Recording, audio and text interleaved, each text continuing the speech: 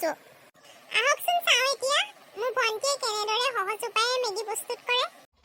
Maggi বনাবৰ বাবে আমি কিছুমান বস্তু গোটাই লৈছোঁ। আলু আৰু বিলাহী আছে, ভাতকেৰেলা, গাজৰ আৰু আমি এটা ডিম লৈছোঁ। ডিমটো আমি তাৰ লগত মানে মেগীৰ লগত এড কৰিম বুলি ভাবিছোঁ।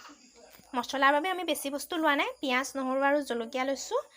এতিয়া আমি এইখিনি কাটি ল'ম, কাটি পানি আৰু আমি মেগী বনাবলৈ আৰম্ভ কৰিম। আহক আমি এতিয়া মেগী বনাবলৈ আৰম্ভ কৰিম। এয়া আমি সকলো চব্জি কাটি ল'লোঁ আৰু আমি মছলাখিনিও কাটি, এয়া হৈছে মছলাখিনি।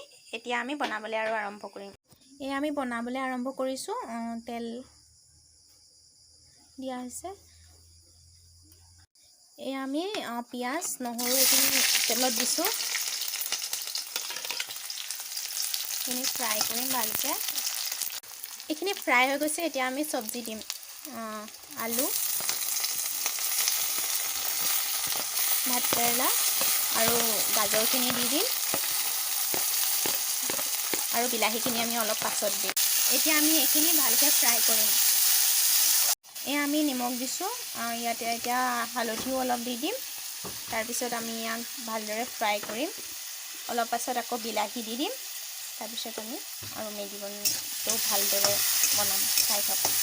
এতিয়া আমি এইখিনি ফ্ৰাই হ'বৰ কাৰণে অলপ দেৰি ঢাকি দিম। বিলাহীখিনি দি দিম ইয়াত, তাৰপিছত আকৌ অকণমান ফ্ৰাই কৰিম। এতিয়া সিজাৰ পিছত আমি এতিয়া ডিমটো দি দিম। এতিয়া ডিমটো আমি দি দিছোঁ। তাৰপিছত অলপ গোটেইখিনি মানে মিক্স হ'বলৈ লৰাই দিম। মিক্স হৈ গৈছে। অলপ কণীটো মানে মিক্স হোৱাৰ পিছত অলপ ফ্ৰাই হ'ব দিছোঁ। তাৰপিছত ইয়াৰ পিছত আমি এতিয়া অলপ পানী এড কৰিম। এতিয়া আমি ইয়াত অকণমান পানী এড কৰিছোঁ। এইখিনি অকণমান মানে উতলিবলৈ দিম। তাৰপিছত তাত মেগীটো দি দিম আমি। এইখিনি এতিয়া উতলিছে। এতিয়া আমি মেগী ইয়াত দি দিম। 2 মিনিটৰ কাৰণে মেগীখিনি সিজিবলৈ দিম আৰু লগতে মছলাও দি দিম আমি, মেগী মছলাটো। এতিয়া আমি মছলা এড কৰিম, মেগী মছলা। এতিয়া মেগী বনি ৰেডি হৈ যাব আৰু। এয়া চাওক, আমাৰ মেগী বনি ৰেডি হৈছে।